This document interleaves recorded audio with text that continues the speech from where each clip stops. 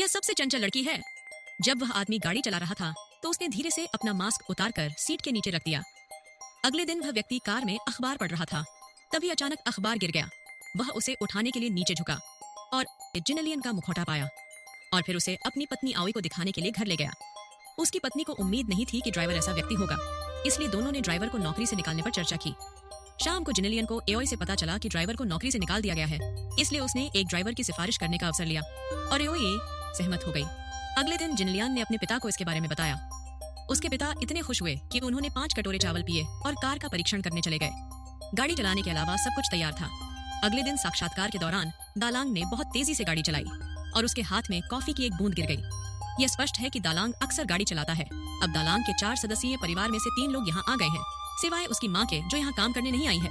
उन्होंने पार्क देओगू के घर में रहने वाली नानी को निशाना बनाया।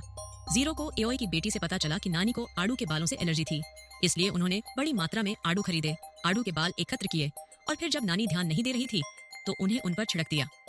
कई ऑपरेशनों के बाद नानी की खांसी और भी गंभीर हो गई। तभी दालांग मंच पर आया। उसने टमाटर को कागज पर गिराया और एओई को उसे सीधे देखने दिया। नानी को नौकरी से निकाल दिया गया। माँ यशा जबरदस्ती आकर वरिष्ठ गृह संचालिका बन गई। इस तरह 4 सदस्यों वाले परिवार ने आओई के घर पर सफलतापूर्वक परजीवीपन किया। यद्यपि पूरा परिवार नौकरी करता था, फिर भी वे निजी तौर पर ही रह सकते थे। इस दिन तक अवसर आ गया। आओई का परिवार एक यात्रा के लिए बाहर जा रहा था।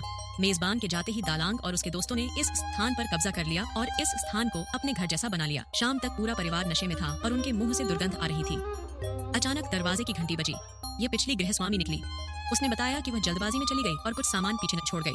फिर यक्ष ने दरवाजा खोला और फिर नानी ने एक गुप्त दरवाजा खोला और यक्ष अंदर गया, लेकिन उसे उम्मीद नहीं थी कि अंदर एक व्यक्ति लेटा हुआ है। पार्ट 3 के लिए चैनल को सब्सक्राइब करें और वीडियो पसंद आया है तो लाइक करें।